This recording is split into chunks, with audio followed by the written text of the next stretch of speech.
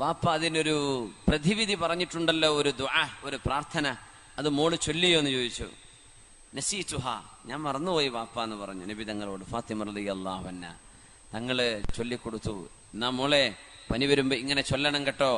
യാ ഹയ്യു യാ ഖയ്യൂം ബിറഹ്മതിക അസ്തഗീസ് വമിൻ അദാബിക അസ്തജീർ അല്ലാഹുമ്മ ലാ തകിൽനി ഇലാ നഫ്സി വലാ ഇലാ അഹദൻ മിൻ ഖൽഖിക തർഫത ഐൻ. ഇത് ചൊല്ലണം മോളെ എന്ന് പരിശുദ്ധ ഹബീബ് സ്വല്ലല്ലാഹു അലൈഹി വസല്ലം.